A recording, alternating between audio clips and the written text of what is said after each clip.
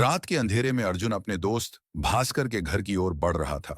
गांव में हलचल थी। कोई कह रहा था कि भास्कर अचानक गायब हो गया है। उसकी मां रो रही थी और गांव के बुजुर्ग चिंता में थे। अर्जुन ने सिया को फोन किया और कहा, हमें तुरंत भास्कर को ढूंढना होगा।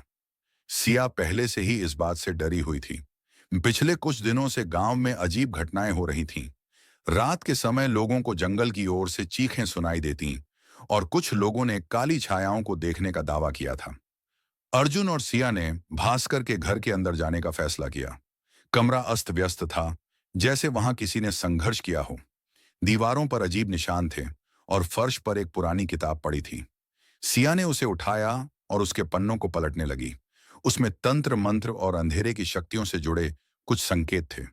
भास्कर इस किताब को क्यों पढ़ रहा था? अर्जुन ने चिंतित होकर पूछा। सिया ने धीरे से कहा, शायद उसे किसी चीज का पता चल गया था, कुछ ऐसा जिसे वह हमसे छिपा रहा था। तभी खिड़की के बाहर एक परछाई हिली। अर्जुन ने दौड़कर बाहर देखा, लेकिन कुछ नहीं था। जब वे घर से बाहर निकले तो एक बूढ़ा आदमी पास आया और धीमी आवाज में बोला, अगर भास्कर उस गुफा में गया है तो वह शायद कभी वापस ना आए। गुफा? कौन सी गुफा? सिया ने पूछा। बूढ़े आदमी ने कांपती आवाज में कहा, वही गुफा जिसे सालों पहले बंद कर दिया गया था। वहां जो भी गया वो वापस नहीं आया। अर्जुन और सिया ने एक दूसरे की ओर देखा। उनके मन में एक ही सवाल था, क्या भास्कर अब भी जिंदा था?